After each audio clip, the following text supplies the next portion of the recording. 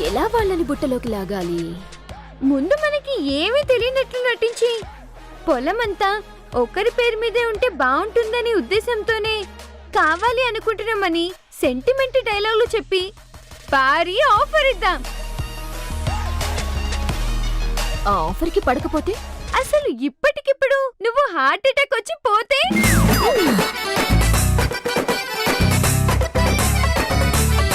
బామో, ఏంటి ఆ మాటలు? లేకపోతే ఏదైనా ఐడియా చెప్తే చాలు వెంటనే నెగటివ్ గా ఆలోచిస్తావు. ఒక రాయి వేద్దాం, పడకపోతే మరో 10 రాళ్ళు వేద్దాం. ఏదో ఒక అంకె దగ్గర లేదా ఏదో ఒక రాయి దగ్గర ఖచ్చితంగా పడతారు.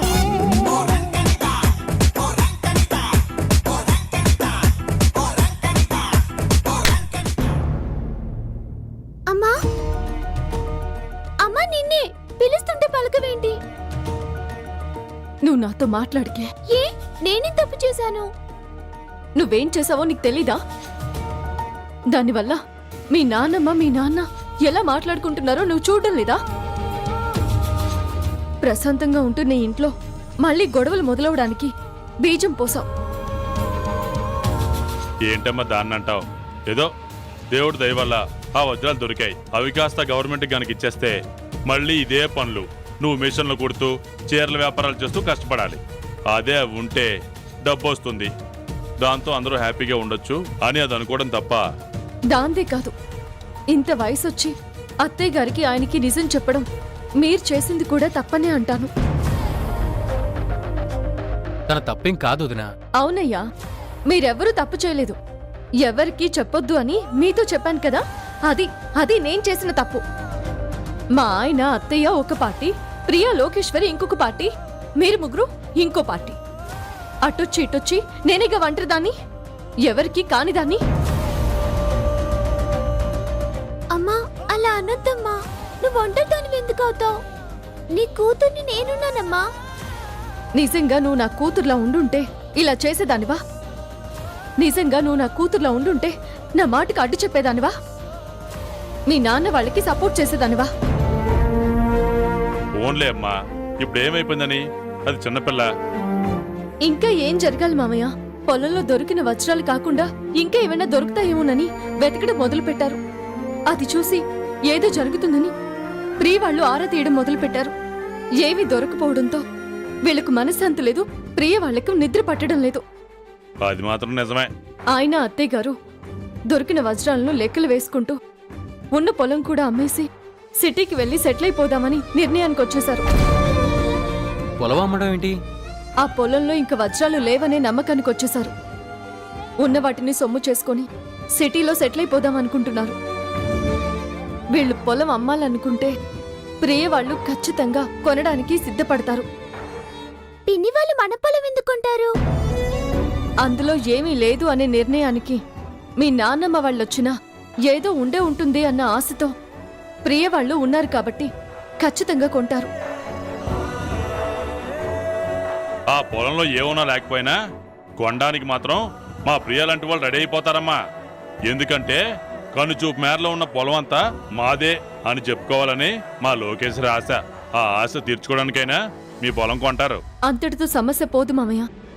ప్రియ వాళ్ళకి పొలం అమ్మిన తర్వాత నిజంగా ఆ పొలంలో వజ్రాలు దొరికితే అనవసరంగా అమ్మేసుకున్నామే అని మా అత్తయ్య ఆయన జీవితాంతం కుమిలిపోతారు. ఒకవేళ అందులో ఏమీ దొరక్కపోతే అదిగో ఇందులో ఏవో ఉన్నాయన్నట్టుగా బిల్డప్ ఇచ్చి ఎక్కువ ధరకి పొలం అంటకట్టి మమ్మల్ని మోసం చేశారు అని ప్రియ వాళ్ళు ఫీల్ అవుతారు. ఇది మనకి మంచిదా? వదినా, ఎవరు తీసుకునే గొతులో వాళ్లే పడతారంటారు. నువ్వు అన్నట్టు ప్రియ వాళ్ళకి పొలం అమ్మితే అందులో వజ్రాలు పడితే ఆ తప్పు పిన్ని రామ్గఢదే గాని నీది కాదు. అసలు అందులో ఏమీ లేకపోతే అత్యాశకు పోయినందుకు ప్రియ వాళ్ళది తప్పు అవుతుంది. మీరేమీ పొలం అమ్మమని చెప్పలేదు, కొనమని వాళ్ళకి చెప్పలేదు. కాబట్టి అటు సైడ్ గాని ఇటు సైడ్ గాని నిన్ను అనడానికి ఎవ్వరూ సరిపోరు.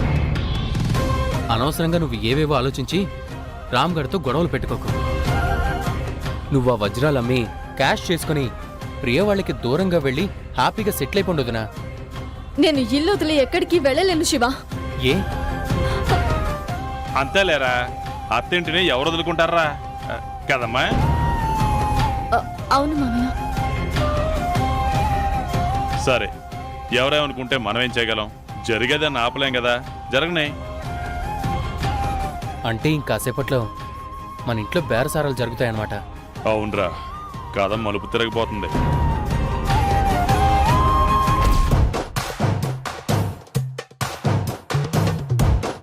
ప్రియా, ప్రియా,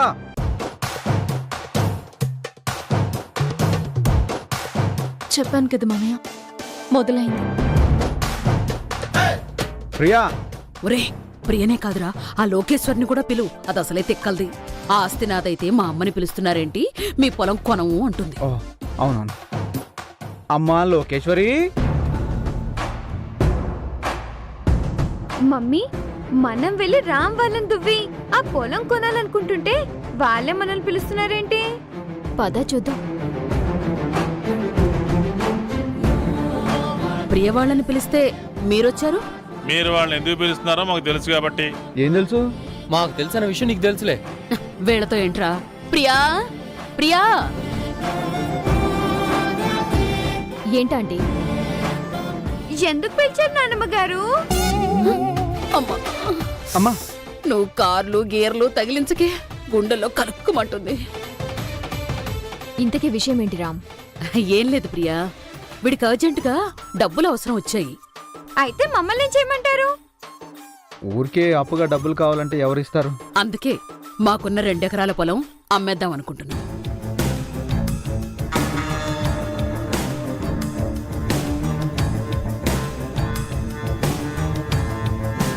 పొలం అమ్మడం ఏంటత్తయ్య? అంత అవసరం ఏమొచ్చింది? ఏం అవసరం వచ్చిందో నీకు ఇప్పుడు చెప్పాలా? అది కదండి, మనకిప్పుడు అన్నం పెడుతోంది ఆ పొలమే కదండి. ఇక నుంచి అన్నం నీకు నేను పెడతాను, నువ్వు నోరు మూసుకున్నాడు. ఆ పిల్ల నోరు మేమంటావేంట్రా? పొలం అమ్మాల్సిన అవసరం ఏమొచ్చింది? అవసరం ఏంటో మేము ఎందుకు ఈ నిర్ణయం తీసుకున్నామో మాకు తెలుసు. ఎప్పుడు ఏం స్టెప్ తీసుకోవాలో నాకు తెలుసు. మాకు తెలుసు. అది కదండి, అవసరం ఏంటో చెప్తే. మీ పుట్టింటి నుంచి తెచ్చిస్తావా? వెళ్ళవే, వెళ్ళి ఓ 50 లక్షలు పట్రా. 50 లక్షలా? అవును ప్రియా, చాలా అవసరం. మాకున్నది ఆ పొలం ఒక్కటే. మీరు కొంటానంటే మీరు తీసుకోండి, లేదంటే వేరే ఎవరికైనా అమ్ముతాం. అమ్మేయడం మాత్రం పక్కా.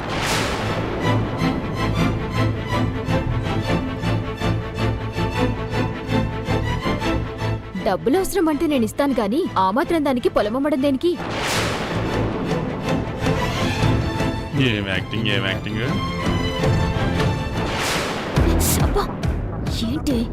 నీ బాబు గారి సొమ్మేమని ఇక్కడ దాచావా? ఆస్తులు ఇస్తున్నావు. వాళ్ళు పొలం అమ్ముతామని కానీ సరే కొంటామంటే అందరూ మనం ఎప్పుడు అమ్ముతారని ఎదురు చూస్తున్నాం అనుకుంటారే, అందుకే అలా కలరంగిచ్చా.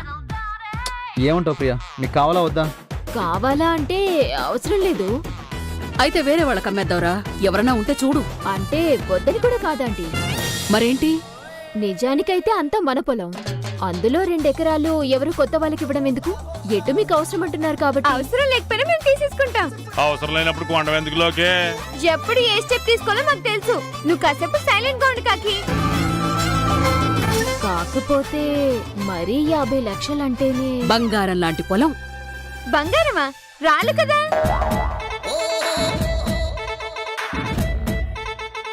రాళ్ళేంటి? ఆ, అంటే పొలంలో వరే కదా పండేది. బియ్యంలో రాళ్ళుంటాయి కదా, దాని గురించి చెప్తున్నా. పొలంలో రంగురాళ్ళు లేవనుకుని అమ్మేసుకుంటున్నారు పిచ్చి మొహాలు. ఆ పొలంలో ఏవో దొరికేస్తాయని ఎక్కువ రేటు పెట్టినా కొనడానికి రెడీ అయిపోతున్నారు వెర్రి మొహాలు. సరేరా, డబ్బులు ఇవ్వడానికి నాకేం లోటు లేదు, కానీ రాతకోతలు. ఆ డాక్యుమెంట్లు ఇప్పుడే రెడీ చేయిస్తాను. సరే, మీరు డాక్యుమెంట్లు రెడీ చేసుకోండి, మేము క్యాష్ రెడీ చేసుకుంటాం. పొలం అమ్మి డబ్బులు తీసుకోగానే ఆ భూతద్దం పట్టుకెళ్ళి వజ్రాలన్నీ ఏరేయాలి, మర్చిపో. ఇక్కడ వీళ్ళ సంతకాలు పెట్టుకొని ఒకటి ప్రొక్లైనర్లు తెప్పించి మొత్తం పొలం తవ్వించేయాలి. ఏవండి, కాస్త నా మాట వినండి. ఇప్పుడు డాక్యుమెంట్లు రెడీ చేసే పనిలో ఉన్నాను. అది కాస్త అయిపోయాక తీరిగ్గా ఉంటాను, అప్పుడు చెప్పి ఏమైనా వింటాను. రారా.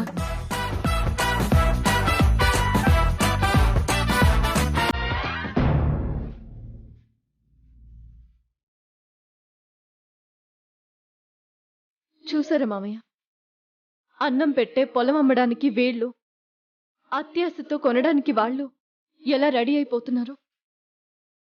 మనం ఏం చేయగలమమ్మా? సెటిల్మెంట్ అయిపోయింది కదా వదినా. సెటిల్మెంట్ అయిపోయిందని మీరు అనుకుంటున్నారు. ఇక ముందు గొడవలు మొదలవుతాయని నాకు అనిపిస్తుంది శివ. ఆ, అమ్మ మాట కాదని ఈ గొడవ ఇంతవరకు రావడానికి కారణం నేనే కదా తాతయ్య. ఏం కాదులే అమ్మా, మేమందరం ఉన్నాం కదా, నువ్వేం భయపడకు.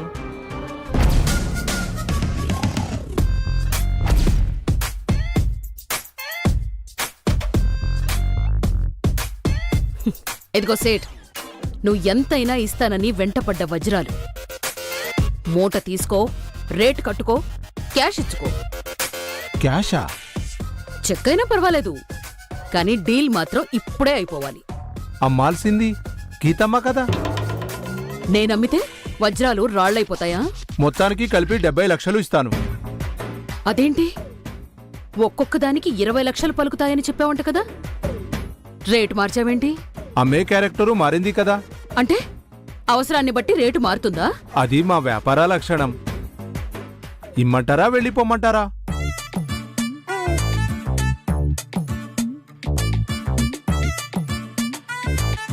ఆ, మరీ 70 అంటే గిట్టదు గాని ఇంకో 10 కలుపుకో. ఠీకే మేడం. తీసుకో.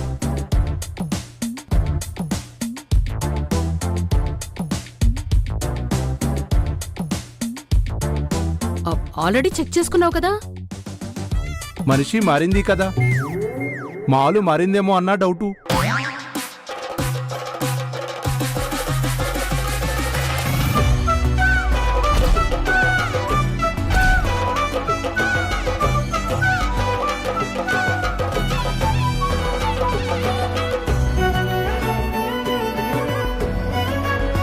ఇదేంటి చిత్ర విచిత్రంగా చూస్తున్నాడు? ఏంటి సేటు అలా చూస్తున్నావు? వజ్రాలు చూసి కళ్ళు జిగేలుమంటున్నాయా? నావే అమ్మా, విషయం చెప్తే మీ గుండె గుబేలమంటుందని ఆలోచిస్తున్నాను. ఏం మాట్లాడుతున్నావు? ఏంటి ఇవి? లక్షల విలువ చేసే వజ్రాలు, డైమండ్స్. డైమండ్స్ కాదు, డమ్మీ రాళ్ళు.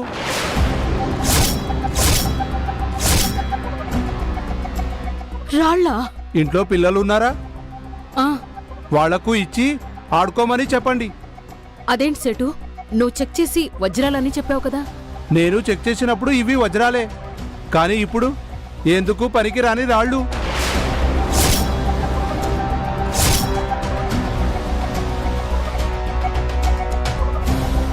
అమ్మా, మనిషి మారినప్పుడే అనుకున్నాను ఏదో గోల్మాల్ చేస్తారని. పైగా రాళ్లను వజ్రాలని నమ్మించి నన్ను మోసం చేయాలని చూసినందుకు చీటింగ్ కేసు పెట్టి పోలీస్ స్టేషన్లో పెట్టగలను, కానీ పెద్దింటి వాళ్ళని వదిలేస్తున్నాను. వస్తా.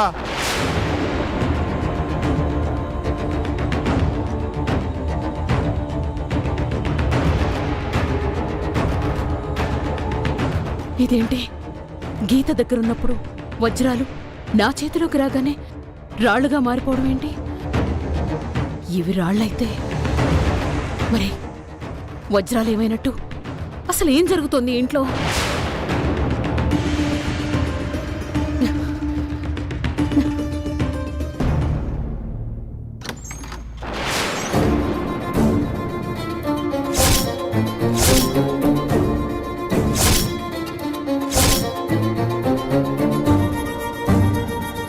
ఏమే గుండమ్మా, వజ్రాల రాళ్ళు ఎక్కడ పెట్టావే? నీకే ఇచ్చాను కదా నాయనమ్మా. ఇచ్చావు. వజ్రాల రాళ్ళు దాచేసి పిల్లలు ఆడుకునే రాళ్ళు నా చేతికిచ్చావు.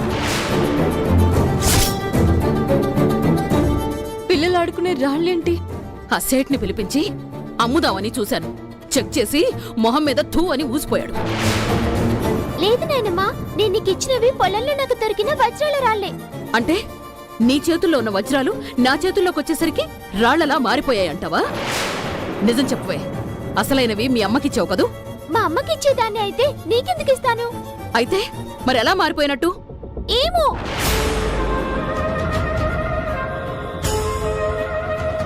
వజ్రాలు రాళ్లెలా అయ్యాయో నాకు ఇప్పుడు అర్థమైంది. ఏమే, అసలైన వజ్రాలు ఎక్కడ దాచిపెట్టావో చెప్పవే.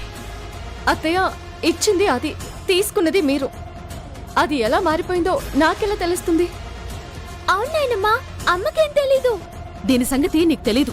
బాడీకి తెలియకుండా తలకాయను మార్చేసే రకం ఇది. నీ చేతుల్లోంచి నా చేతుల్లోకి వచ్చే మధ్యలోనే ఇదేదో చేసుంటుంది. మర్యాదగా నిజం చెప్తావా చెప్పవా? నిజంగా నాకేం తెలియదు అత్తయ్య. నువ్వు ఇలా ఎందుకు చెప్తావే? అత్తయ్య చెప్పవే, నాయనమ్మ, ఏం చేసావో చెప్పు. అమ్మకేం తెలీదు నాయనమ్మా. నువ్వు నోర్మోయ్. చెప్పవే, నీ కారణంగా ఒకసారి ఆస్తుల్ని పోగొట్టుకున్నాను, చేతికొచ్చిన అదృష్టాన్ని వదులుకున్నాను. ఇంకా ఈ దరిద్రాన్ని అనుభవించలేను. మర్యాదగా చెప్తావా, ఇంట్లోంచి గెంటేయమంటావా? నాయనమ్మ, మా అమ్మకేం తెలీదు నాయనమ్మా, వద్దు. ఈ విషయంలో దేవుడు చెప్పినా విన్ను. పిల్ల కాకివి, నువ్వు చెప్తే వింటానా? తప్ప చెప్పవే. అత్తయ్య, నా మాట నమ్మండి, నిజంగా నాకేం తెలీదు. నీ మాట ఎవడే నమ్మేది? నువ్వు ఎంత అరిచి గీ పెట్టినా ఇప్పుడు నిన్ను వదిలిపెట్టే సమస్య లేదు. మా బావగారు శివ వచ్చి నిన్ను కాపాడతారని చూస్తున్నావేమో. ఈ విషయంలో ఎవరొచ్చి చెప్పినా వాళ్ళకి ఇదే గతి. నాన్న, ఏంటే నాన్న? వాడొచ్చినా నాకు సపోర్ట్ చేస్తాడు గాని మీ అమ్మకు సపోర్ట్ చేయడు. ఇంట్లోంచి వెళ్ళిపోయిన నేను నా కొడుకు దగ్గర మాట తీసుకుని మళ్ళీ ఎంట్రీ ఇచ్చానే. నేను ఏం చేసినా పట్టించుకోనని నాకు మాటిచ్చాడు.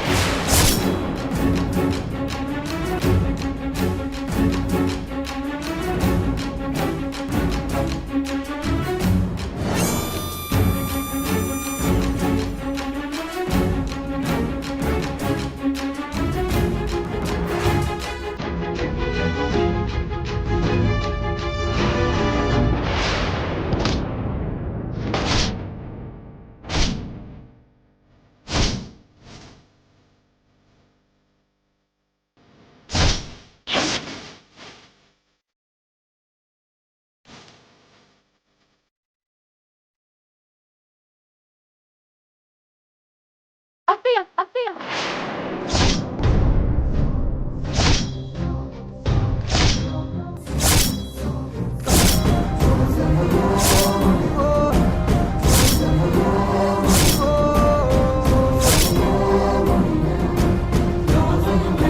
నాకు తెలీదు అని చెప్తుంటే అర్థం కావడం లేదా?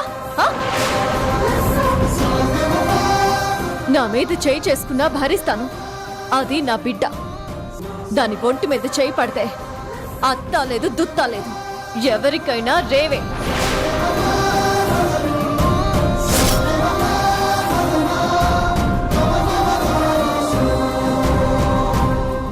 జేంటి వజ్రాలేవి వజ్రాలేవి అని ఓ రంకెలేస్తున్నావు?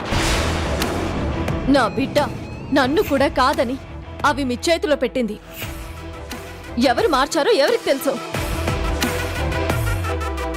మా పొలంలో వజ్రాలు దొరికాయని పోలీసులకి ఫోన్ చేసి ఇన్ఫార్మ్ చేయడం, కాలేజీ డిపార్ట్మెంట్ కి ఫోన్ చేసి చెప్పడం నాకు పెద్ద మ్యాటర్ అనుకుంటున్నారా? కేవలం పెద్దవారిగా మీ మాటను కొట్టేలేక మా ఆయనకి దూరమై బ్రతకడం నా వల్ల కాక ప్రభుత్వానికి దక్కాల్సిన సంపద మీ సొంతానికి వాడుకోవడానికి మీరు రెడీ అయిపోతే తప్పు అని తెలిసి కూడా సరిపెట్టుకుని నా మనసుకి నచ్చ చెప్పుకుని కన్నీటిని దిగమింగి కామ్గా ఉన్నాను. ఇంత చేస్తే దొంగని చేసి మాట్లాడతారా? మౌనంగా ఉంటే అది అసమర్థత అనుకోవద్దు.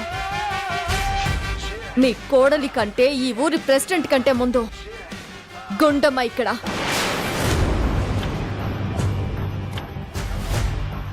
తన్ని బయటికి తరమొద్దు. ఈ విషయం మళ్ళీ నా ముందు ఎత్తొద్దు.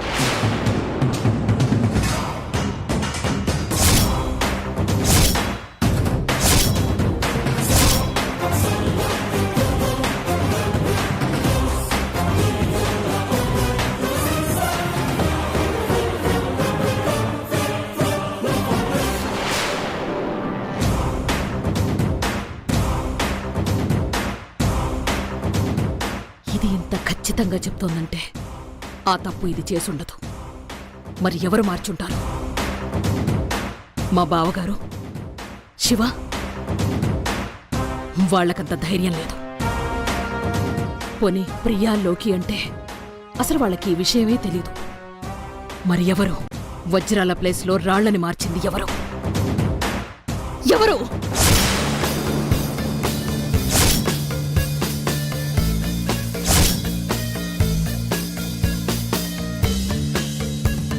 వజ్రాలు వట్టి రాళ్ళు అయిపోవడం ఏంటి? ఎవరు మార్చుంటారో. ఇంట్లో ఇలాంటి కంట్రీ పనులు చేసేది నేను మా మమ్మీనే. నేనైతే చేయలేదు. నేనైతే చేయలేదు. మరి ఒకవేళ నా కూతురు గాని